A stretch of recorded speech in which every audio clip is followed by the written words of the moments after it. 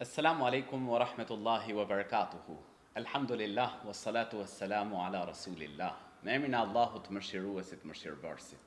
Përshëndetje t'i dërgojmë mbi më të zgjedhurin e njerëzimit profetin ton sallallahu alaihi wasallam, mbi shokët e tij dhe mbi gjithë ata të cilët ndjekin dhe pasojnë rrugën e tij deri në ditën e gjykimit.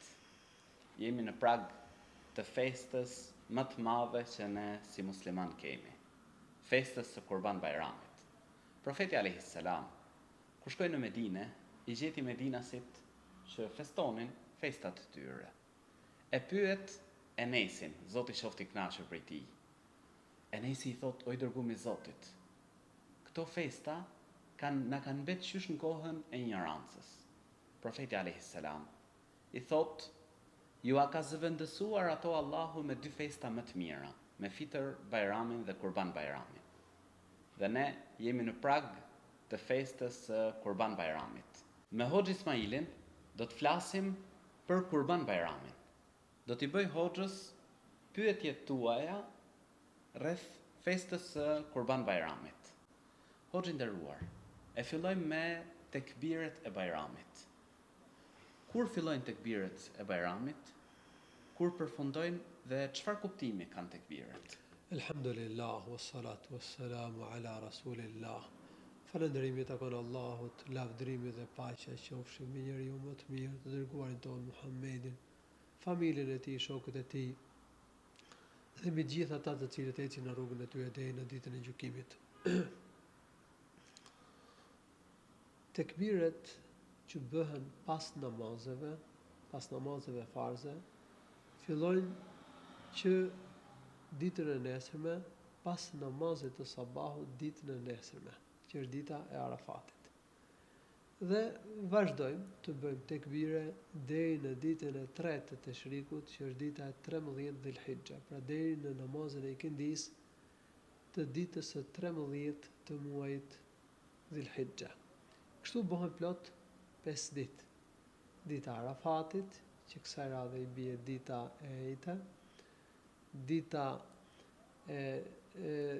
e Kurban Bayramit, kjo është dita e dytë, që i bie dita e premte, dhe dita e parë të Teshrikut, që është dita 11 Dhulhixha, që i bie dita e shtunë, dita e dytë Dhulhixha, është dita e 12 Dhulhixha, që është dita e dytë e Teshrikut, që i bie kësaj radhe dita e diel, dhe dita e hanë, që është dita e 13 Dhulhixha. Kështu bëhen plot 5 ditë. Bëjmë tekbire pas namazeve farze, masi japim selam, bëjmë tekbiret i bëjmë me zë. Forma e tekbirit është kështu: Allahu Akbar, la ilaha illa Allahu, Allahu Akbar, walillahi alhamd.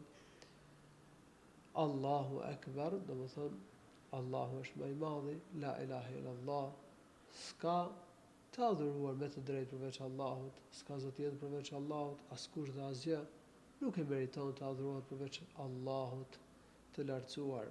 Walillahi alhamd, falënderimi i përket vetëm Allahut të lartësuar.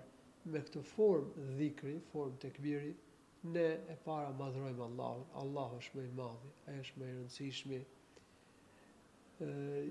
E tërë gjithësia është në komandën e tij. Ajo është ideja që ta madhrojmë, kështu që në këto ditë të mira ne shfaqim madhrimin e Allahut. Ne ngrejmë zërin duke madhruar më të madhin, duke madhruar krijuesin e gjithësisë. Ne gjithashtu deklarojmë se vetëm Allahu i lartësuar meriton adhurimin, se fjala la ilaha illa Allah do të thotë që vetëm Allahu meriton adhurimin.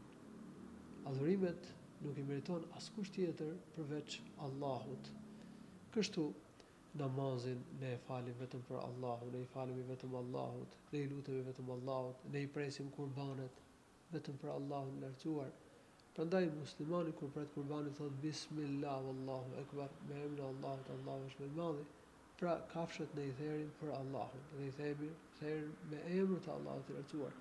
Ndryshe nga idhujtarët, të cilët flijonin për të tjerë përveç Allahut të lartësuar, flijonin për idhujt, flijoni për të vdekurit, ndërsa ne flijojmë vetëm për krijuesin e gjallësisë, vetëm me emrin e Allahut të lartësuar.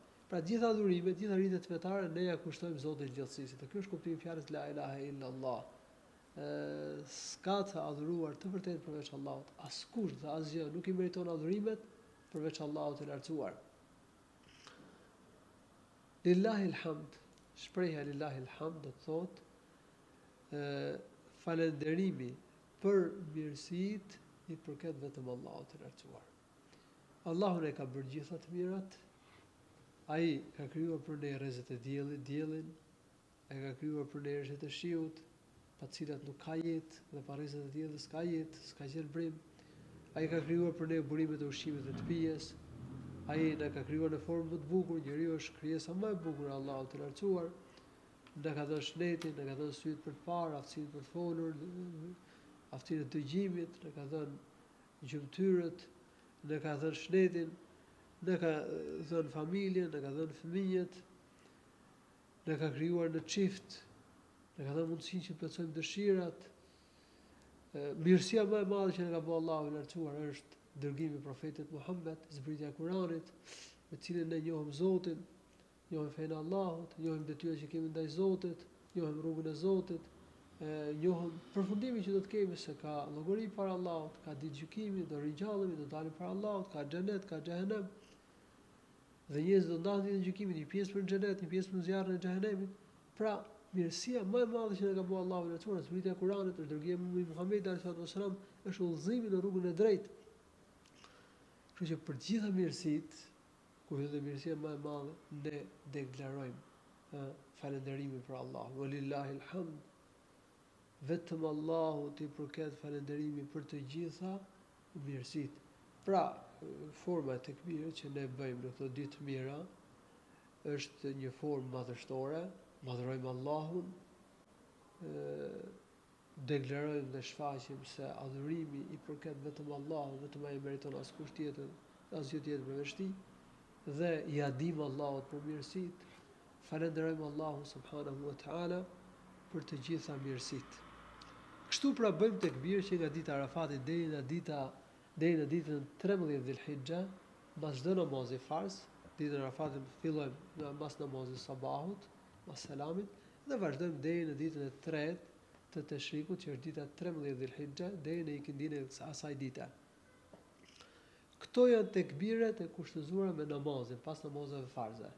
Por pëlqejet që të bëjmë tekbire edhe në kohë të tjera, në gjatë këtyre ditëve, të bëjmë tekbir në shtëpi, të bëjmë tekbir në makinë, në udhtim, duke ecur, duke qëndruar ulur, në kuvend me njerëzit, në treg, në dyqan.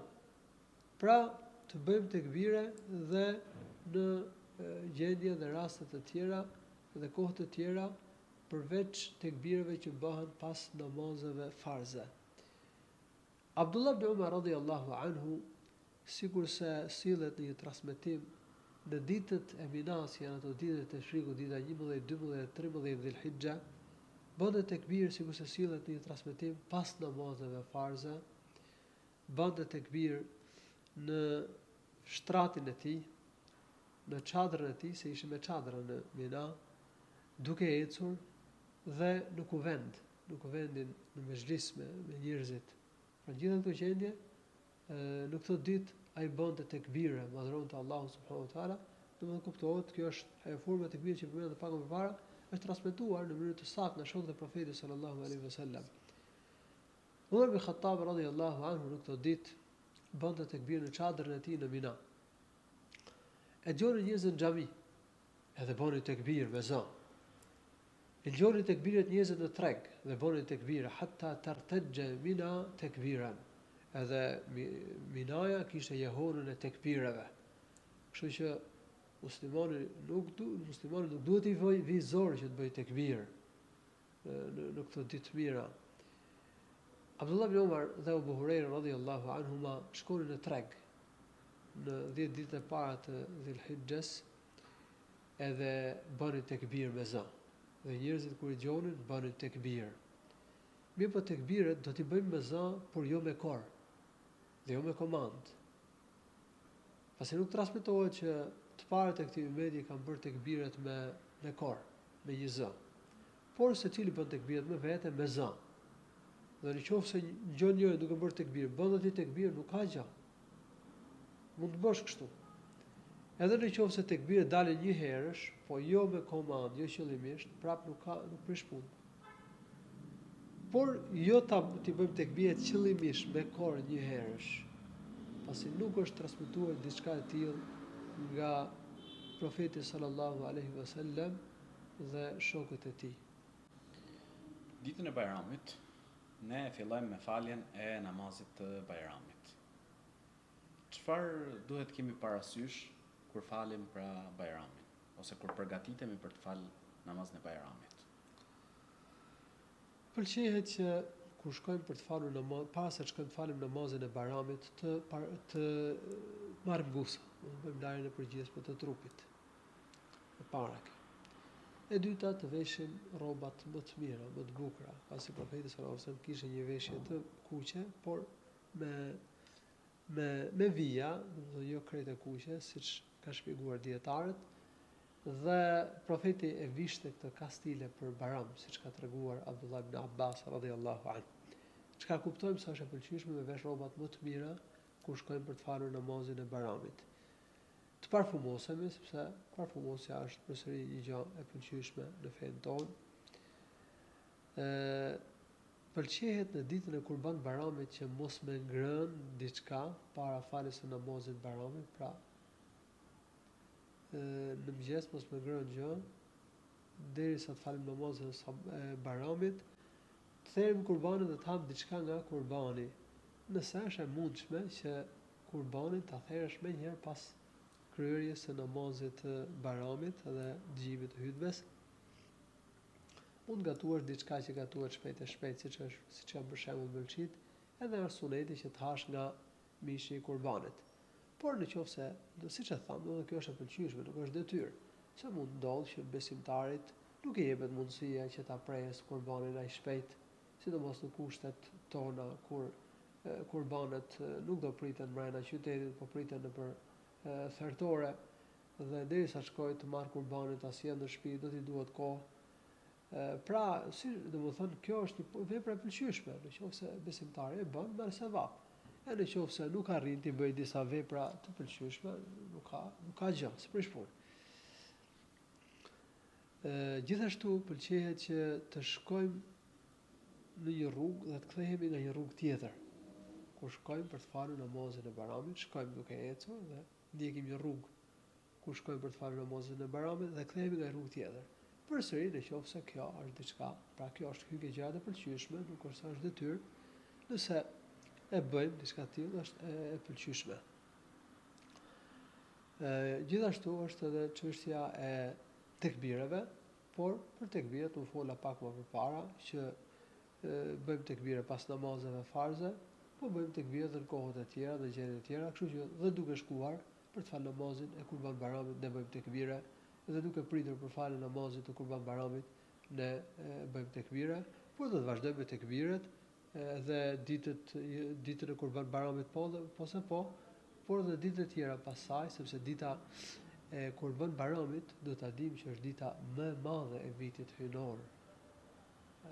Dita më e madhe e vitit hyjnor është dita e Kurban Bayramit, sepse profeti sallallahu alaihi wasallam ka thënë një hadith: "Inna a'zama al-ayami 'inda Allahi yawmun nahri." Dita më e madhërishtme për Allahun është dita e Kurban Bayramit. Kjo është një ditë feste, ne do falim namazin e Bayramit, do presim kurbanet, do të festojmë, do të argëtojmë fëmijët që ata ta ndjejnë festën, se kjo është festa jonë. Por të mos harrojmë edhe tekbiret, mos harrojmë përmendjen e Allahut subhanahu wa taala në këtë ditë të madhe, sepse është dita më e madhe e vitit, mos jemi të shkujdesur ndaj kësaj pjese. Allahu i Lartësuar ka thënë në Kur'an: "Wadhkurullaha fi ayyamin ma'dudat", përmendeni Allahun në ditët e shënuara, ditët e caktuara që janë ditët e Tashrikut, kështu që dhe në ato ditë ne s'duhet të harrojmë dhikrin, tekbirat. Profeti ka thënë për ditët e Tashrikut që janë ato ditët, 3 ditët pas ditës së Kurban Bayramit, ka thënë: "Hiya ayyamu aklin wa shurbin wa dhikri lillahi ta'ala. Ato janë ditë për ngrënje, për pirje dhe për përmendjen e Allahut të lartësuar. Profeti ka përmendur ngrënien dhe pirjen sepse janë ditë feste. Dhe gjatë ditëve të festës besimtarët argëtohen, kënaqen, ushqehen mirë, konsumojnë pije të pastra, të këndshme, të mira, të lejushme. Dhe gjithashtu këto janë edhe ditë për madhërimin e Allahut, për përmendjen e Allahut, për dhikrin e Allahut subhanahu wa taala, gjë që e ka theksuar i dërguari i Allahut sallallahu alaihi wasallam në hadith. Kur falet dhe si falet Bajrami? Namazi i Bajramit falet pas lindjes së diellit. Lind dielli dhe ngrihet diçka nga vija horizontale, atëherë hyn koha e faljes së namazit të Bajramit. Namazi i Bajramit i ka 2 rekate, falet siç falet namazi i xumas, por ka dhe tekbire. Pas tekbirit fillestar bëhen 7 tekbire, që bie 8 tekbire gjithsej para këndimit të surës El-Fatiha. Në rekatën e dytë, pas tekbirit të ngritjes në këmbë, bëjmë dhe 5 tekbire të tjera, që bëhen gjithsej 6 tekbire. Kjo është një mënyrë të bërit të tekbireve. Dhe kuptohet që dhe në rekatën e dytë bëhen tekbiret para se të filloj, pra imami i bën tekbiret para se të filloj këndimin e surës El-Fatiha. Ka dhe një mënyrë tjetër të bërit të tekbireve. Pas tekbirit fillestar, imami bën dhe 3 tekbire të tjera, kështu që bëhen gjithsej 4 tekbire. Tekbiri fillestar dhe 3 tekbire pas tij para këndimit të surës El-Fatiha. Në rekatën e dytë, imami nuk i bën tekbiret para këndimit të surës Fatiha, por i bën pas këndimit para rënies në ruku, bën 3 tekbire, dhe bashkë me tekbirin e rënies në ruku bëhen 4 tekbire. Dhe kjo është një mënyrë e saktë, pasi është sjellë një hadith të saktë nga profeti sallallahu alaihi wasallam, ka dhe dëshmi nga shokët e profetit sallallahu alaihi wasallam që dëshmojnë për diçka të tillë. Pra të dyja mënyrat e të bërit të tekbireve janë transmetuar saktësisht në i dërguar Allahut Muhammedi sallallahu alaihi wasallam. Ku është më e mira të falet namazi i Bajramit? Më e mira është që namazi i Bajramit të falet në namazjan, pra në shesh.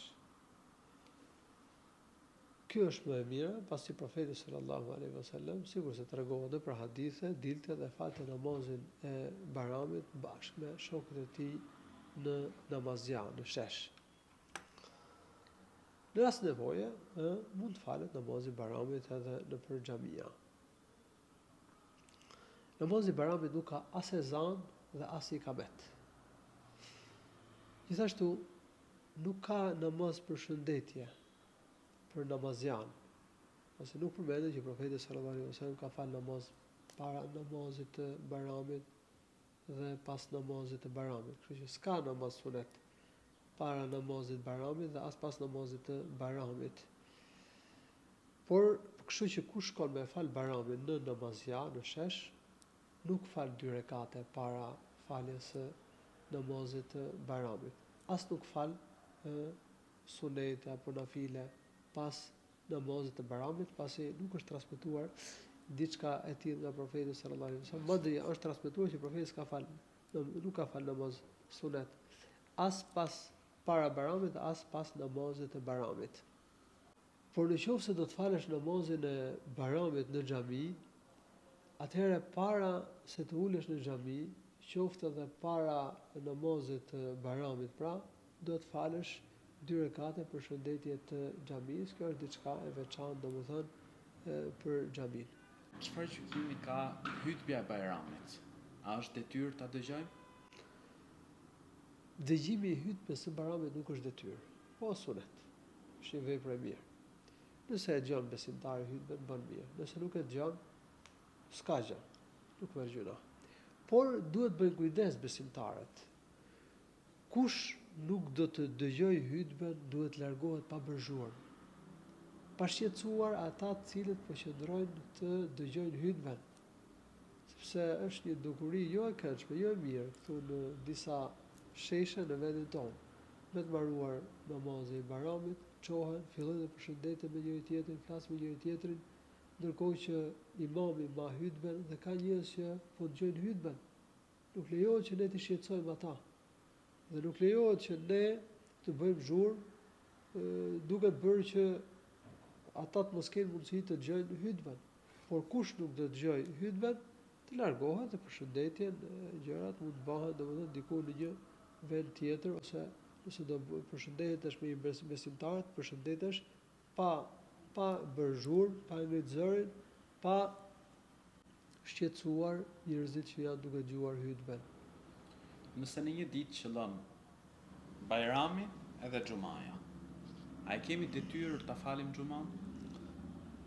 Nëse në një ditë qëllon namazi i Bayramit dhe namazi i Xumas, përderisa kemi falur namazin e Bayramit, nuk e kemi detyrë ta falim Xuman. Kështu kuptohet nga një hadith i Profetit sallallahu alaihi wasallam. Imami kuptohet siç del nga hadithi i Profetit sallallahu alaihi wasallam, do ta fal namazin e Xumas, ndërsa për besimtarët nuk është detyrë që të shkojnë të falin namazin e Xumas. Nëse duan, shkojnë të falin, nëse duan nuk shkojnë ta falin, por kush nuk do të shkojë të falë namazin e Xumas në xhami, duhet të falë në shtëpi namazin e drekës. Nuk duhet ta lëj namazin e drekës sepse Xumaja është në vend të drekës. Nëse nuk fal Xhumon, atëherë do falësh patjetër namazin e drekës. Për shembull, udhëtari nuk fal namazin e Xumos, atëherë ai patjetër do të falë namazin e drekës. Po për gratë, çfarë gjykimi ka falja e Bayramit? Edhe gratë kanë detyrë të marrin pjesë në faljen e namazit të Bayramit. Madje profeti sallallahu alaihi wasallam ka dhënë urdhër që të dalin në namazja edhe gratë që janë me cikël, që janë me zakonet. Edhe vajzat e reja të dalin atje. Por gratë që janë me të përmuajshmet nuk do të falin namaz.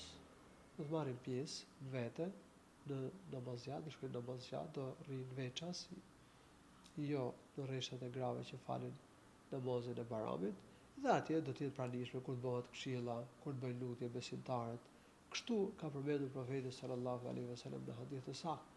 Kështu që kryefamiljari merr krejt pjesëtarët e familjes që kanë mundësi të shkojnë në xhami ose në namazja, merr bashorten, merr fëmijët, ashtu sikurse mësohet nga hadithi i profetit sallallahu alaihi wasallam dhe bashkë me ta shkon në namazja ose në xhami. Pasi falim Bayramin, pra shkojmë tek kurbanet. Çfarë gjykimi ka kurbani? Therrja e kurbanit është detyrë, është një nga simbolet e fesë, është një nga ritet më të rëndësishme. Allahu i lartësuar thonë në Kur'an: "Kul inna salati wa nusuki wa mahyaya wa mamati lillahi rabbil alamin." Thuaj vërtet, namazi im, kurbani im, jeta ime dhe vdekja ime janë vetëm për Allahun Zotin e botëve. Po ashtu Allahu i lartësuar ka urdhëruar në Kur'an për prerjen e kurbanit duke thënë: "Fasalli li rabbika wanhar." Falu për Zotin tënd dhe pre kurban vetëm për të. Allahu i lartësuar ka përmendur kurbanet dhe në vende të tjera në Kur'an: "Wa likulli ummatin ja'alna mansakan liyadhkuru ismallahi 'ala ma razaqahum min bahimati al-an'am." Për çdo bashkësi fetare, pra për çdo ummet, thot Allahu i lartësuar në Kur'an, ne kemi caktuar rritin e kurbanit, që ata të përmendin emrin e Allahut kur të therrin kafshët behimetul an'am, kafshët që janë të vlefshme për t'i presë si kurban. Kështu që është një nga simbolet e fesë, një nga simbolet e fesës së Kurban Bayramit, prerja e kurbanëve, dhe profeti ka urdhëruar në hadith, ka thënë kush e ka therr kurbanin para namazit të Bayramit dhe presë si kurban tjetër me ti, e kush e ka therr pas namazit, kush e ka therr kurbanin para namazit të Bayramit dhe presë si kurban tjetër, ka thënë në vend të tij. Për ka dhënë urdhër profeti sallallahu alaihi wasallam. Çka do të thotë se është një urdhër që duhet të zbatohet. çfarë kafshësh bëhen kurban dhe çfarë moshe duhet të kenë? Vlen të theren për kurban devet, lopët dhe baktit e imta. Vetëm këto janë kafshët behimetul an'am që i ka përmendur Allah, që i ka përmendur, ky është termi që ka përmendur Allahu në Kur'an, dhe termi behimetul an'am përfshin këto kafshë. Devet nuk ekzistojnë në vendin tonë, po flasim për lopët dhe për baktit e imta. Lopët përfshin lopa, kau, muzati, muzorja. Por lopa duhet që të jetë 2 vjeçare, të jetë 2 vjeç e më tepër. Muzati dhe muzorja duhet të ketë plotësuar 2 vite. Baktit e imta përfshin dashin, delën, dhin dhe cjapin. Qingji ose zhelegu që të vlej për kurban duhet të ketë plotësuar 6 muaj, pra me qenë 6 muaj e më tepër. Më pak se 6 muaj nuk vlen për kurban. Dhia ose cjapi duhet të ketë 1 vit e më shumë. Pra keçi ose ftojegu duhet të jetë më tak, të plotësuar vitin në mënyrë që të vlej për kurban. Cilat janë të metat që nuk duhet t'i ketë një kurban? Profeti sallallahu alaihi wasallam në një hadith ka përmendur 4 lloje të metash. Kafsha që do të pritet kurban nuk duhet që të jetë me një sy. Pra, nuk duhet që në qoftë se ajo shikon vetëm një sy, dhe dallohet qartë që shikon vetëm një sy, pasi syrin e ka të dalë, syrin që e ka të dëmtuar, me cilin nuk shikon e ka të dalë, ose e ka të shkullur nga vendi. Kjo nuk vlen pritet për kurban. Ndërsa në qoftë se syrin me cilin nuk shikon e ka në vend dhe nuk dallohet që ajo është me një sy, nuk prish punë, mund të pritet për kurban. Nëse është qorre, nuk shikon fare, akoma më keq. Nuk vlen pritet për kurban, nuk diskutohet. Kjo është e para. E dyta, të mos jetë e smurme, mos ketë smundje të qartë. Për shembull, nëse kafsha nuk ha, nuk pi. Kjo dallohet që nuk që është e smurme. Po kështu nëse ka një smundje të dukshme. Nëse nëse ka një smundje të lehtë, nuk dallohet, nuk prish punë. Të mos jetë e çal. Nëse çalon pak lehtë, po ecën me tufën, dashi ose delja, nuk prish punë. Ndërsa nëse çalon deri në atë pikë sa që nuk ecën dot me tufën, ka mbetur, atëherë nuk vlen të pritet për kurban. Dhe e katërta, të mos jetë shumë e dobët, të mos jetë shumë e vjetër. Ai sa mos ketë kocka palc. Nëse është shumë e dobët apo shumë e vjetër, përsëri nuk vlen të pritet për kurban. Këto janë 4 llojet e tmetave që s'duhet të ketë kurbani. Ndërsa kështu përmendet në hadithin e Bara ibn Azibit radhiyallahu anhu. Ndërsa nëse ka mangësi ke veshët, i ka të prerë veshët ose ka të shpuar veshin, s'prish punë. Po kështu nëse ka të kputur brirët, nuk prish punë, apo i ka të prerë brirët. Po kështu nëse ka të kputur bishtin, nuk prish punë, nëse janë tharë gjinjët apo njëri nga gjinjët nuk prish punë, nëse është qethur leshi ose i ka rënë leshi apo një pjesë e leshit, nuk prish punë. Pasi këto nuk janë përmendur si tmeta në hadithe të sakta. Mirë, po më e mira është që baktia që do pritet për kurban të mos ketë asnjë mangësi ke syt dhe as pak cen ke veshët. Mirë, po kjo e fundit do që lidhet me veshët, nuk është detyrë. Edhe nëse ka ndonjë mangësi ke veshët, i ka të shpuar, të prerë, nuk prish punë. Po më e mira është që të mos ketë asnjë tmet, asnjë cen ke veshët, ti ketë veshët pa prekur. Kështu kuptohet në një hadith. Kur është koha e therrjes së kurbanit? Pas namazit të Bayramit, pas faljes së namazit të Bayramit hyn koha e therrjes së kurbanëve. Ndërsa para namazit të Bayramit nuk lejohet pritet kurbani. Dhe nëse dikush e ka prerë kurbanin para namazit të Bayramit, atëherë ai duhet të thërë një kurban tjetër, po pat mundësi kuptohet, siç kuptohet në hadithin e profetit sallallahu alaihi wasallam. Dhe vazhdon pastaj të ketë kohë për prerjen e kurbanit deri në ditën e 3 të Tashrikut, që është dita e 13 Dhulhijja. Kështu që fillon koha e prerjes së kurbanit pas namazit të Bayramit në ditën e Kurban Bayramit dhe vazhdon dhe 3 ditë të tjera pas saj deri në perëndimin e diellit të ditës së deri në akshamin e ditës 13 Dhulhijja. Ka ca njerëz që e presin kurbanin i natë e para. Gabim e kanë. Sepse profeti sallallahu alaihi wasallam e ka caktuar kohën, kështu që kjo nuk quhet kurban. Profeti ka thënë hadith shatu ke shatu lahmi.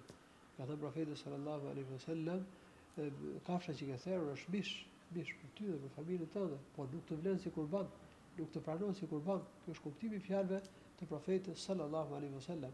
Prandaj, kush e ka therrur përpara dhe e ka marrë vesh që e ka therrur jo në kohën e duhur, nëse ka mundësi të presë një bakti tjetër, ai duhet ta pres pas faljes së namazit të Kurban Bayramit.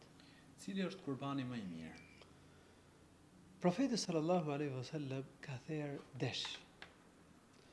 E nëse ka treguar se profeti sallallahu alaihi wasallam i ka therrë 2 desh me brirë të bardhë ose të bardhë të përhirt, emlahajni, aqranajni, emlahajni, dhabahahuma biyadihi fasabba wa kabbar. Profeti sallallahu alaihi wasallam i ka therrë me dorën e vet. Ka thënë bismillah wallahu akbar. Me emrin e Allahut, Allahu është më i madh, dhe i ka therrë me dorën e vet sallallahu alaihi wasallam. Sipas transmetimit, profeti sallallahu alaihi wasallam ka therrë 2 desh të tredhur. Sipas një hadithi tjetër ka therrë dash jo të tredhur. Kështu që mund therrë desh i tredhur dhe jo i tredhur, nuk prish punë kjo. Në kohën e profetit sallallahu alaihi wasallam i tredhit deshet sepse mishi bëhej më i mirë, bëhej më cilësor. Dhe i ushqenin kafshët do priteshin kurban që të ishte të bajme, të ishte të shëndosha. Kështu që sa më i mirë ti dashje që do presësh për kurban, aq më shumë shpërblim ka tek Allahu subhanahu wa taala. Si therrët kurbani? Baktia imët kthehet në krahun e majt.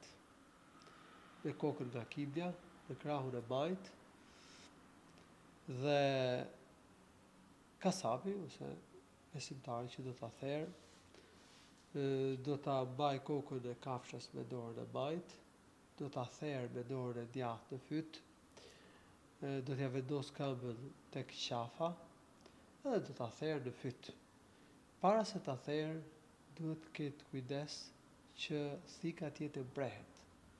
Thikën me cilën hanxharin ose thikën me cilën të presësh kurbanin, duhet ta kesh mbrehur përpara dhe jo ta mbrehesh në sytë e kafshës.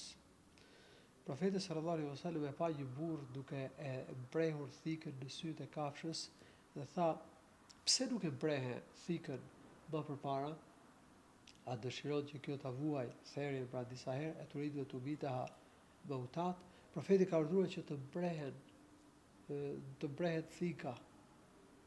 Dhe gjithashtu profeti sallallahu alaihi wasallam ka urdhëruar që me e therrë shpejt kafshën, që të mos mundohet kafsha. Dhe do t'i pritet në fyt, do t'i pritet 4 gjëra në fyt. 2 damarët, që 2 damarët kryesor, që në cilëve qarkullon gjaku nga zemra, nga trupi për në kokë, i pritet këta 2 damarë në fyt, ka përcjellë dhe gurmazi. Por nëse i pritet njëri nga 2 damarët, është e mjaftueshme. E pret derisa arrin ke palca. Kur arrin ke palca, në qafë nuk i pret më. Sepse nëse e le deri këtu, kafsha pastrohet më mirë.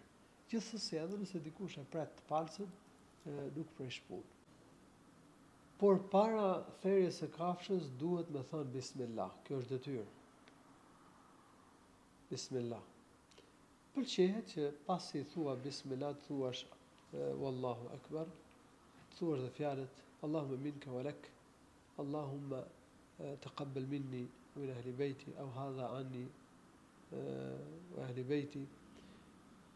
Pra thua bismillah wallahu akbar, Allahumma minka wa lak, Allahumma taqabbal minni wa min ahli bayti. Me emrin e Allahut, Allahu është më i madhi. O Allah, ky kurban është prej teje dhe pa e therrë vetëm për ty.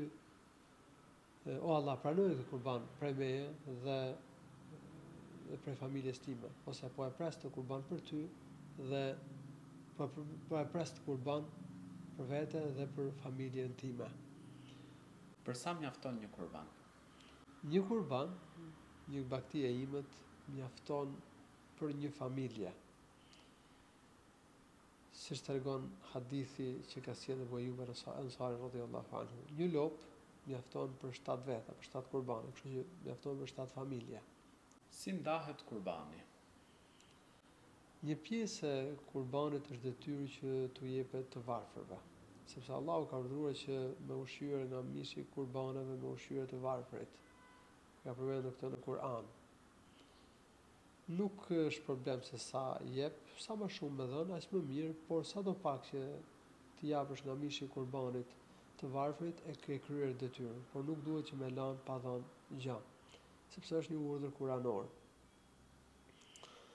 Pjesën tjetër pastaj lejohet ta konsumosh, po t'japësh edhe një pjesë dhuratë, është edhe më mirë. Nuk është detyrë që të ndahet kurbani në 3 pjesë, një pjesë sadaka, një pjesë dhuratë dhe një pjesë ta konsumosh me familjen. Kjo s'është detyrë, por nëse vepron kështu, mirë vepron, nuk ka diçka të keqe. Po t'japësh dhuratë është gjë e mirë. Nga mishi i kurbanit mund t'u japim dhuratë komshive, madje mund t'u japim edhe jo muslimanëve.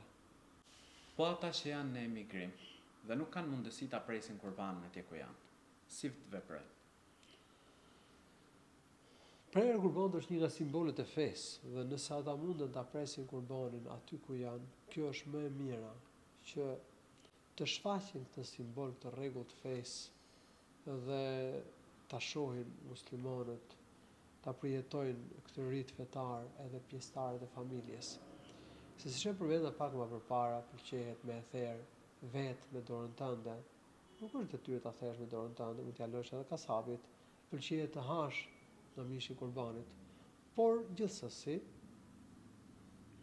lejohet që të porositësh dikë që ta pres kurbanin për ty në një vend tjetër, nuk prish punë. A lejohet ta shesësh mishin e kurbanit? Kurbani është sakrificë për hir të Allahut të lartësuar. Prandaj nuk lejohet shitja e mishit të kurbanit. Madje as lëkura e kurbanit nuk lejohet të shitet. Por nëse vetë nuk do ta rregjësh lëkurën dhe nuk gjen njeri që tregon interesim për ta rregjë lëkurën e kurbanit, në mënyrë që të mos e çosh dëm, lejohet ta shesësh lëkurën, edhe por parat nuk do t'i marrësh për vete, do t'i japësh sadaka. Mund t'i çosh në xhami ose t'i japësh një të varfëri. Megjithëse në kohën tonë është bërë e vështirë, domethënë edhe shitja e lëkurës së kurbanit, por kur njeriu e therr kurbanin në thertore, kuptohet që aty në thertore i marrin lëkurat dhe nuk prish punë që lëkurën me lan atyre kundrejt një çmimi, mirë po çmimin nuk do ta marrësh për vete, do ta japësh sadaka. A është më mirë të bësh kurban apo ato para që do të harxhosh për kurban t'i japësh për bamirësi? E përmendëm pak më përpara që kurbani është një rit fetar, është një simbolet e fesë, madje kush ka mundësi të pres kurban e ka detyrë që të pres kurban. Atëherë më e mira pa diskutim është prerja e kurbanit. Dhe jo që këto pare t'i jepen një të varfërit, dhe t'i japësh një pjesë të mishit kurbanit. Allah është përbleft, hoxhë nderuar. Atëherë, këto ishin disa prej pyetjeve që mund të bëhen rreth festës së Kurban Bayramit, tekbireve, kurbanit, si theret kurbani. Elusim Allahun e lartësuar që t'i bëjë dobishme këto që dëgjuam. Elus Zotën e gjatësisë që ta pranoj për gjithë atyre të cilët kanë vënë jetë të bëjnë kurban në këtë Bayram. Për shumë vjetë gëzuar festën e Kurban Bayramit. Allahu ju dhënt mirësi në vetet tuaja dhe në familjet tuaja. Shihemi në emisionin tjetër. Assalamu alaikum wa rahmetullahi wa barakatuhu.